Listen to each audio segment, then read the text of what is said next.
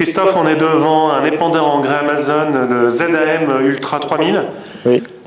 Tu as mis d'ailleurs une rallonge, une réhausse de 600. 600 litres, là, voilà. 600. Hein. Donc ça nous permet d'avoir une grande autonomie, 3600 litres.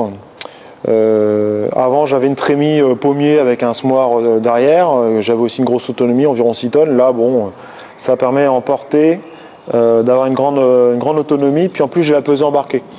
Donc je peux vraiment ajuster à la parcelle la quantité à épandre. D'accord. Alors au niveau capacité, tu mets vraiment 3600 kg d'engrais dans le semoir. Ah oui, on pourra demander à Patrick combien il met de Big Back, mais c'est assez impressionnant. Et par contre, il faut un bon tracteur parce que c'est vrai que ça fait très lourd. Et donc devant, tu mets quoi? On met soit le 220 chevaux ou éventuellement quand on est dans les conditions sèches, on peut mettre le 7710, donc 170 chevaux, mais par contre, il faut mettre des masses. Hein, parce que sinon, il a tendance à se cabrer. Hein. Mais le relevage, oui, le relevage, ça va. Le porte facilement. Oui. D'accord. Alors au niveau, alors tu épands sur 36 mètres. Oui, 36 mètres, oui. J'aurais voulu savoir la qualité de répartition sur les 36 mètres.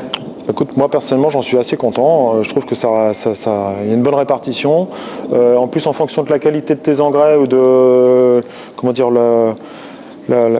pas la qualité, mais la granulométrie, par internet, tu peux avoir des modulations apportées en fonction de l'année.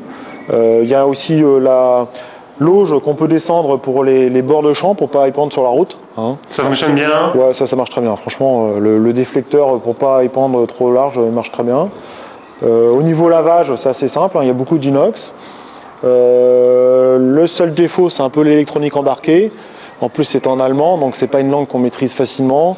Bon, c'est français, mais c'est un peu la logique allemande, quoi. Donc de temps en temps, il y a des choses où on dit tiens, c'est bizarre, j'aurais pas fait comme ça. Mais c'est avec un bon bouquin, on y arrive. Et puis bon, j'ai un bon service après-vente au téléphone où ils arrivent à me dépatouiller.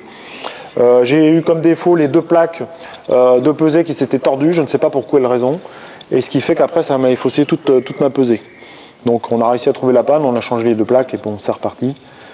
Alors qu'est-ce que tu épands comme engrais avec?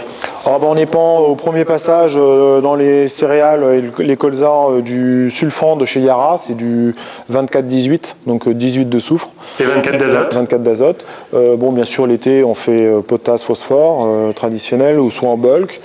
Et après, on fait au dernier apport dans les blés, dans le quatrième apport, on fait un passage avec du 27%. Donc voilà. De l'ammonitrate N27. Voilà.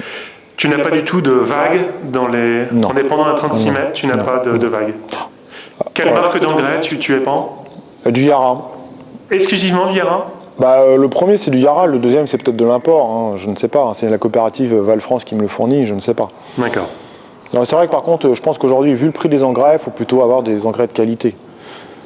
Quitte à... En plus, avec ça, on est tellement précis, quand je mets 180 kg, c'est 180 kg, c'est pas 190. En plus, comme j'ai toutes mes parcelles qui sont cartographiées, GPS et tout, ce qui fait que j'épand exactement la quantité. Hein. On teste l'épandeur sur une petite parcelle de 3 hectares, on va peser la coopérative avant, on va repeser après, on vérifie vraiment que tout ça c'est bon. Tu ne peux pas moduler le côté droit par rapport au côté gauche? Non. Est-ce que ça te manque ça? Non, pas pour l'instant. Je pense qu'à terme, avec la cartographie, sans doute, oui, il y a des solutions qui vont arriver là-dessus. Oui. L'information vitesse, tu la prends où? Est-ce que j'ai un GPS que je branche dans le boîtier de l'Amazon et c'est le GPS qui donne l'information vitesse. Et là, ça modifie énormément la fiabilité du système parce qu'entre la vitesse du tracteur affichée dans l'ordinateur du tracteur et la vitesse réelle du GPS, ça change carrément la donne. Donc j'ai un vieux GPS qui code plus rien à l'Argus, que c'était une barre de guidage toute bête. Je la garde juste pour la brancher sur le boîtier Amazon. D'accord. Et donc tu n'as pas de capteur de vitesse, de radar? Non, je ne l'ai même pas monté. D'accord. Ok.